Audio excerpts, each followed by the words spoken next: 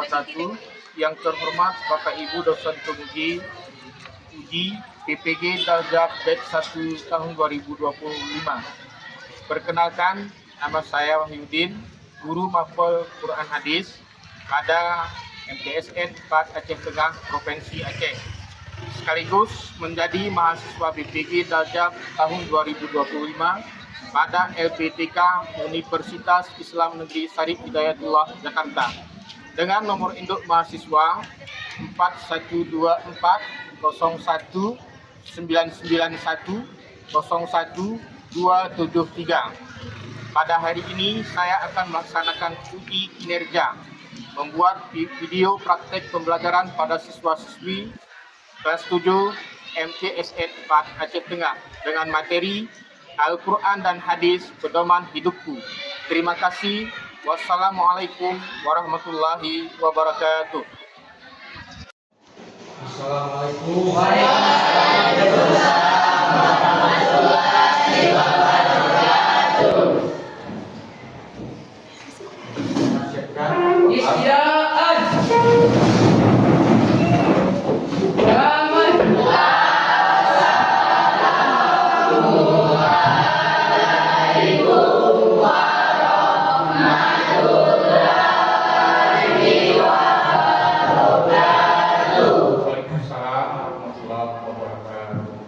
Idris.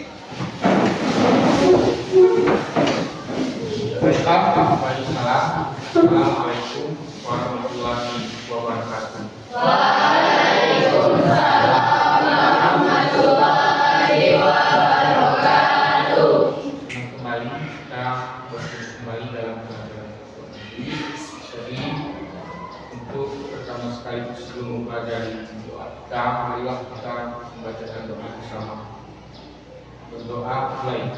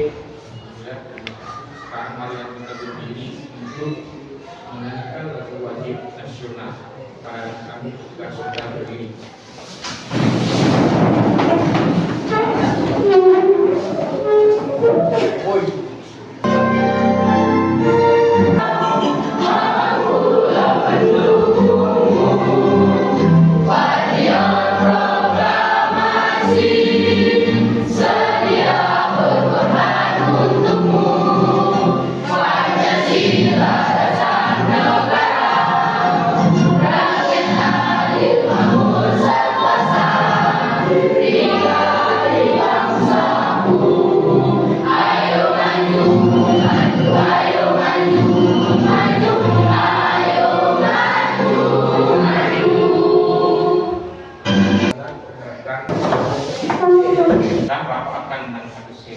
ada Bapak, apakah kita semuanya yang hadir di sini? Hadir, kenapa? Berapa orang?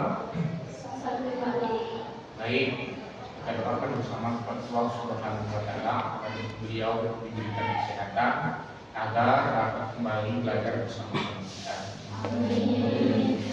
Baiklah, Bapak akan bertanya kepada anak-anak Bapak tentang pelajaran kita yang baru, yakni tentang optimis. Apa itu optimis? Ya, bagus sekali. Optimis itu adalah orang yang mempunyai harapan masa depan. Sekarang ini kita akan memasuki pelajaran selanjutnya. Ini kita akan sedikit Bapak bertanya kepada kalian, apakah kamu mengetahui pedoman hukum di dalam Islam? Apa itu pedoman hukum kita di dalam Islam? Kemudian pernahkah kamu mempelajari tentang Al-Quran dan Hadis? Alhamdulillah. Hari ini kita akan belajar Al-Quran dan Hadis pedoman hidupku. Selanjutnya hari ini kita akan belajar kedua pembelajaran. Yang pertama, meningkatkan kecintaan peserta didik terhadap Al-Quran dan Hadis. Yang kedua, membekali peserta didik dengan dalil-dalil yang terdapat dalam Al-Quran dan Hadis sebagai pedoman dalam menyikapi dan menghadapi kehidupan. Yang ketiga, meningkatkan kehusuan peserta didik dalam beribadah, terlebih salat dengan menerapkan hukum bacaan tajwid serta isikan surat ayat dalam surat-surat pendek yang dibaca peserta didik. Nah, sekarang marilah kita perhatikan kutipan ayat Al-Quran berikut. Bismillahirrahmanirrahim. Fasbir inna wa'dallahi haqqun, yang artinya maka bersabarlah kamu, sungguh janji Allah itu benar. Quran surat Ar-Rum ayat 60. Sekarang kepada anak Bapak, siapa yang bisa membacanya ke depan? Bertunggu tangan. Bapak maju ke depan. Saya Pak. Ya.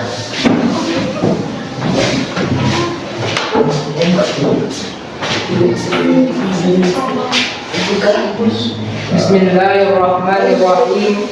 Fasbir inna wa'dallahi haqqun, maka bersabarlah kamu, sungguh janji Allah itu benar. Quran surat Ar-Rum ayat 60. Ya, bagus sekali. Sekarang dari yang putri.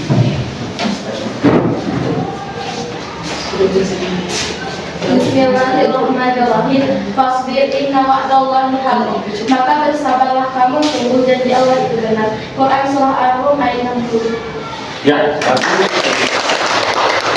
jadi menurut ayat ini bahwa kita sebagai manusia itu haruslah bersabar. Nah, seperti yang kita pelajari nanti kita yang lalu tentang optimis, bahwa manusia itu harus mempunyai harapan masa depan. Baik sabar tatkala kita terkena musibah, sabar ketika kita menghadapi ujian daripada Allah Subhanahu wa Ta'ala, dan sabar dalam segi dalam musibah yang diberikan oleh Allah Subhanahu wa Ta'ala. Nah, sekarang ini kita akan belajar tentang pengertian Al-Quran. Secara bahasa, Al-Quran itu berarti bacaan atau yang dibaca. Sedangkan Al-Quran menurut istilah kalam Allah yang diturunkan kepada Nabi Muhammad SAW melalui perantara malaikat Jibril, yang disampaikan dengan cara mutawatir dan bernilai ibadah bagi siapa yang membacanya.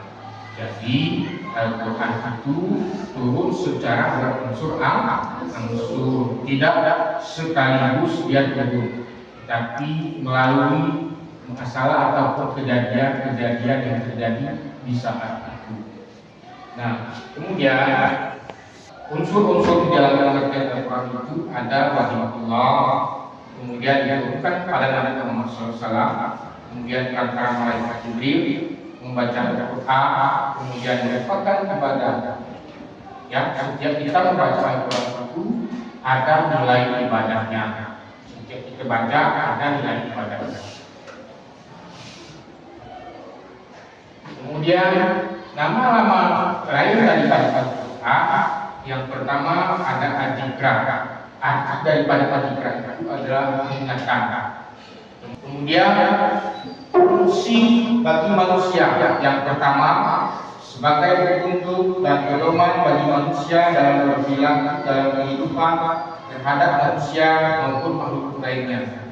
Nah, itulah fungsi daripada Al-Quran. Kemudian cara efektif memfungsikan Al-Quran dalam kehidupan, yang pertama membaca dan menghafal, yang kedua memahami makna, yang ketiga mengamalkan ajaran, yang keempat dalam kehidupan sehari-hari.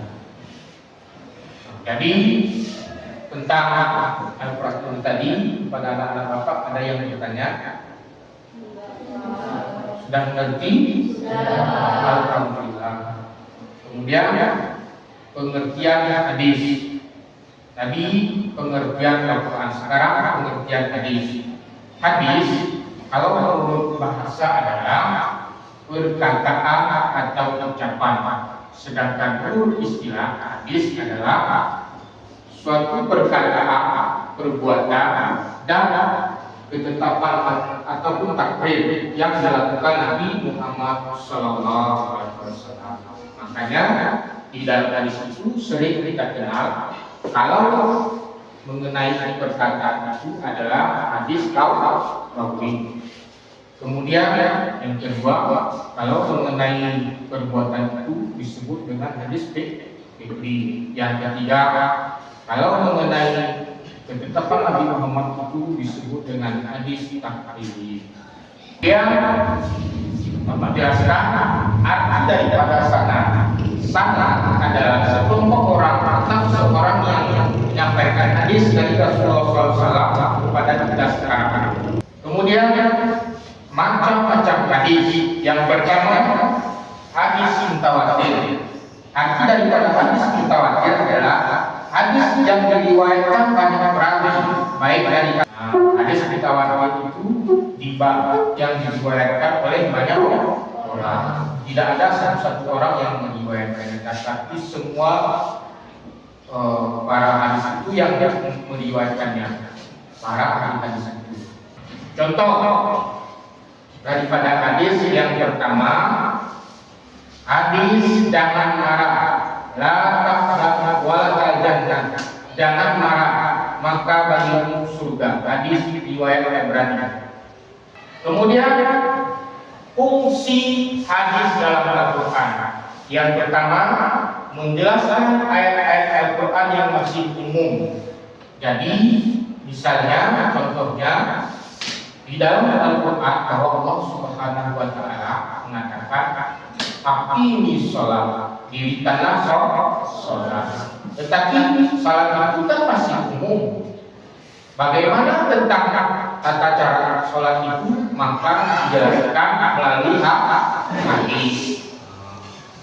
Kemudian yang kedua, memperkuat pernyataan yang ada di dalam Al-Quran yang tidak jelas, maka ditetapkan di dalam hadis. Sekarang marilah kita bekerja sama di dalam kelompok. Ayo kita sekarang membentuk kelompok. Ada 6 kelompok. Sekarang marilah kita susun meja dan kursinya. Jadi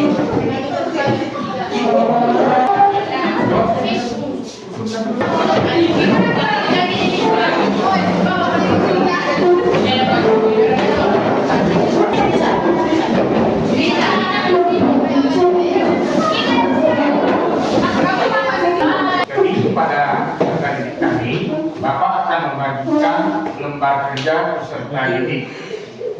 Yang pertama, nama kelompoknya dibuat nanti 1, 2, 3, 4, 5. Jadi aktivitas kelompok, carilah kata Al-Quran di dalam Al-Quran atau carilah informasi tambahan tentang kata Al-Quran dari berbagai sumber yang terpercaya. Selanjutnya, tulislah hasil pencarian ini dalam tabel berikut ini. Yang kedua, presentasikan hasil penelusuran informasimu di depan kelas. Misalnya, di sini ada tabel kata Al-Quran di dalam Al-Quran. Nomor 1 kata Al-Quran, titik. Yang kedua, Quran surat ayat titik, kemudian teks ayat. Sekarang Bapak bagikan.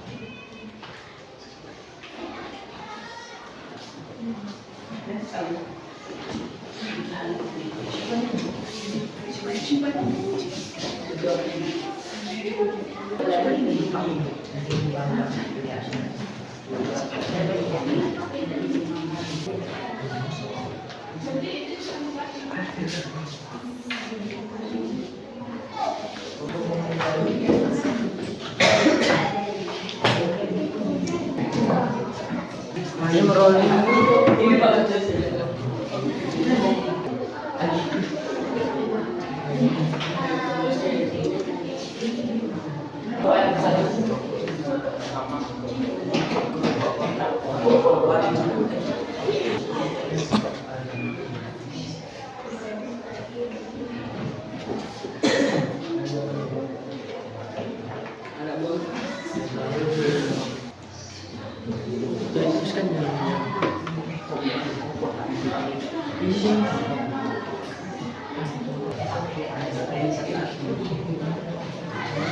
Ada yang sudah bisa menjawab atau ada yang tidak mengerti?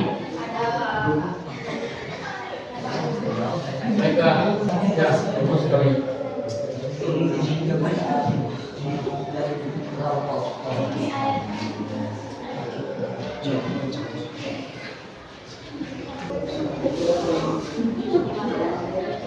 Kelompok yang lain ada yang tidak mengerti?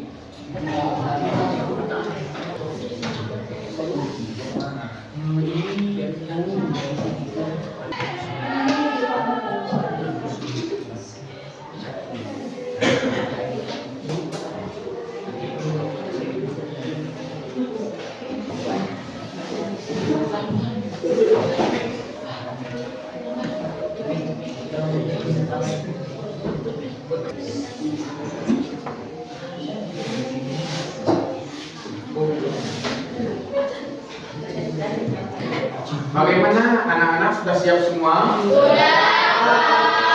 Kalau sudah siap, marilah di masing-masing kelompok agar dapat mempresentasikan tugasnya di depan. Kepada kelompok 1, maju ke depan.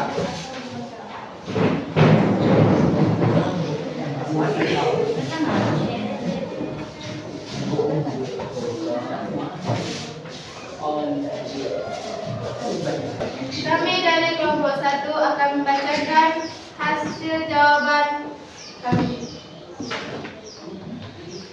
Kata Al-Quran. Al-Quran. Quran surah Al-Baqarah juz 2 ayat 185. Syahrul Ramadanil ladzi unzila fihil Quran. 3. Baik, terima kasih. Alhamdulillah. Kita kasih apresiasinya, tepuk tangan. Kelompok 1. Sekarang kelompok 1 kembali ke tempat. Kemudian kelompok 2 agar membatalkan presentasinya ke depan. Tugas kelompoknya.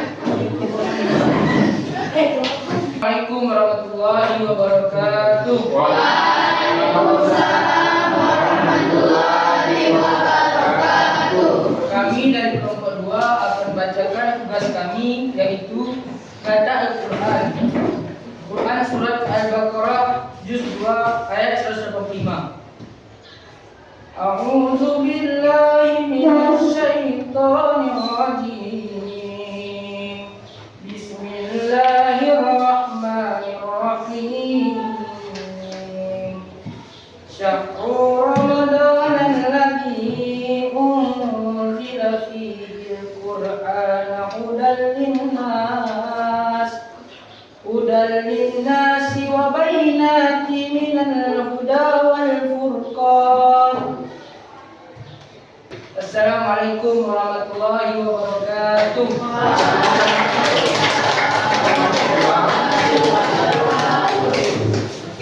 Assalamualaikum warahmatullahi wabarakatuh.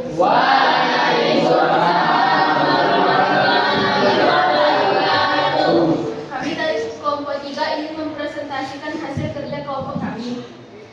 Kata Al-Quran, Quran surah Al-Baqarah surah kedua ayat 145 yang berbunyi A'udzubillahi minasyaitonirrajim. Bismillahirrahmanirrahim. Warahmatullahi wabarakatuh.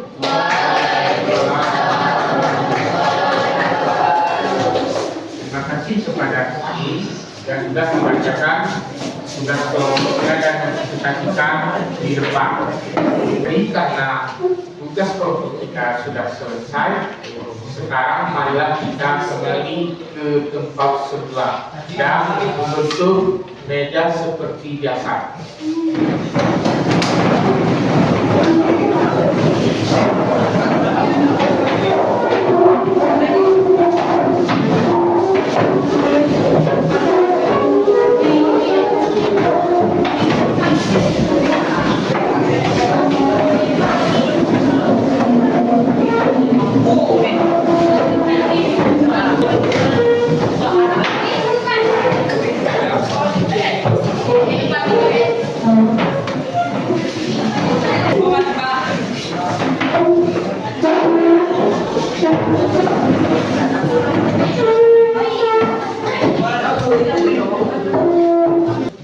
Sebelum kita lanjut, ayo kita tepuk semangat dulu biar semangat. Tepuk semangat.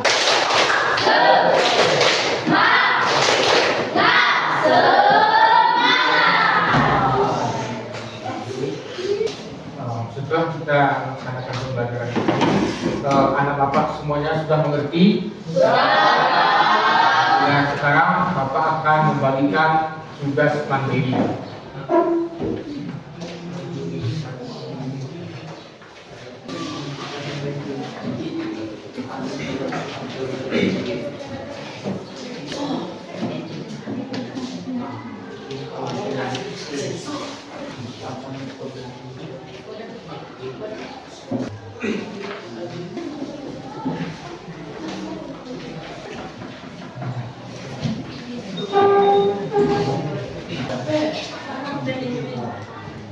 Baiklah, coba perhatikan ke depan bahwa di sini lembar kerja peserta didik atau LKPD yang pertama dari tugas mandirinya 1.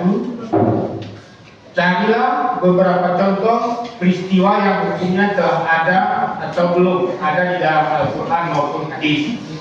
Yang kedua, selanjutnya tulislah hasil pencarianmu dalam tabel berikut ini. Sudah jelas semuanya? Baik.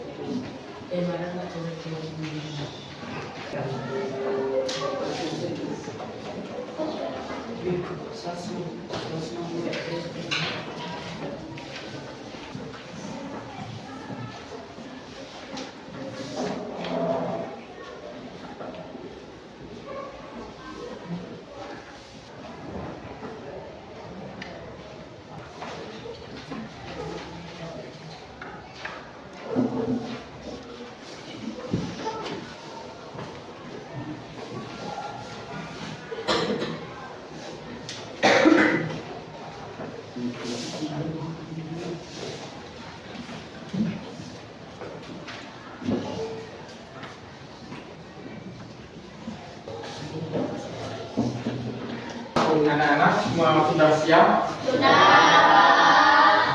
Kalau sudah siap, tolong dikumpulkan ke depan.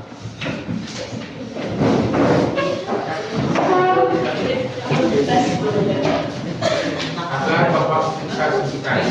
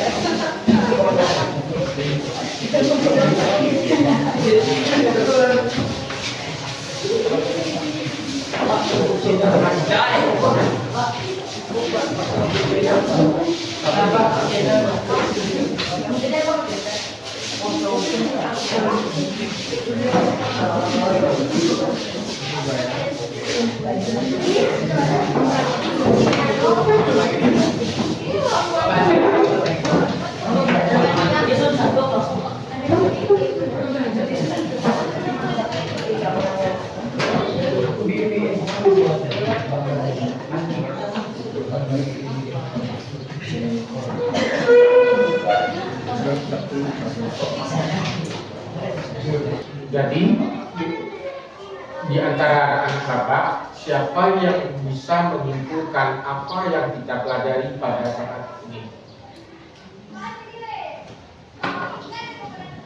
Coba pada Bapak, siapa yang bisa? Baik. Al-Quran dan hadis merupakan dua sumber utama dan tak terpisahkan dalam ajaran Islam. Al-Quran adalah kitab suci yang diturunkan kepada Nabi Muhammad, sedangkan hadis adalah catatan perkataan, perbuatan, dan persetujuan Nabi Muhammad. Keduanya menjadi pedoman hidup dan sumber hukum bagi umat Islam. Baik, terima kasih Pak Tepuk tangan. Baiklah, Bapak kembali juga menyimpulkan tentang apa yang sudah disimpulkan daripada teman kita, yaitu Al-Quran dan hadis merupakan dua sumber utama dan tak terpisahkan dalam ajaran Islam.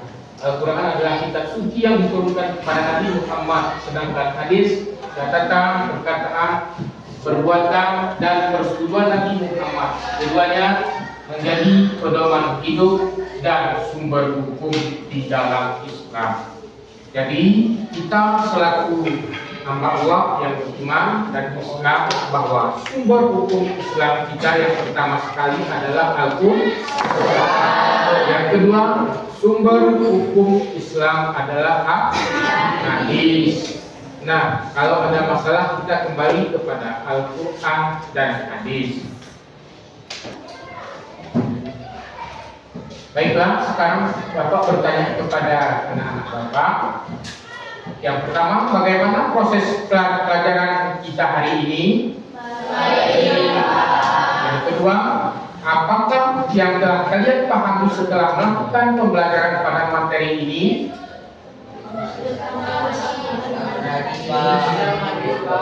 Baik. Yang ketiga, apakah kalian telah menguasai seluruh materi pembelajaran yang telah dilakukan? Jika belum, kita harus membenahinya dan memperbaikinya untuk selanjutnya. Apakah cara Bapak menjelaskan materi bisa diterima dengan baik? Bisa. Alhamdulillahirabbil alamin. Semoga anak-anak Bapak semuanya bisa mengerti dengan apa-apa saja yang Bapak sudah jelaskan dari pembelajaran awal tadi sampai akhirnya. Nah, kemudian kita akan mempelajari tentang materi kita selanjutnya yang untuk minggu depan, yakni tentang materi sabar. Jadi anak-anak Bapak semuanya bisa belajar di rumah dengan materi tentang sabar. Ya, Pak. Terima kasih kepada anak Bapak yang sudah membacakan penutupan doa. Namun Bapak mengingatkan dan berpesan kepada anak Bapak semuanya, marilah kita bersama di rumah membaca Al-Quran dan mengamalkannya di dalam kehidupan sehari-hari, baik di dalam diri sendiri, di dalam keluarga, dan di dalam masyarakat. Dan marilah kita jaga kesehatan agar kita dapat kembali sekolah untuk di minggu yang akan datang. Sekarang marilah kita berdoa. Jadi Bapak minta kepada anak Bapak yang dari laki-laki bisa memimpin doa. Silakan.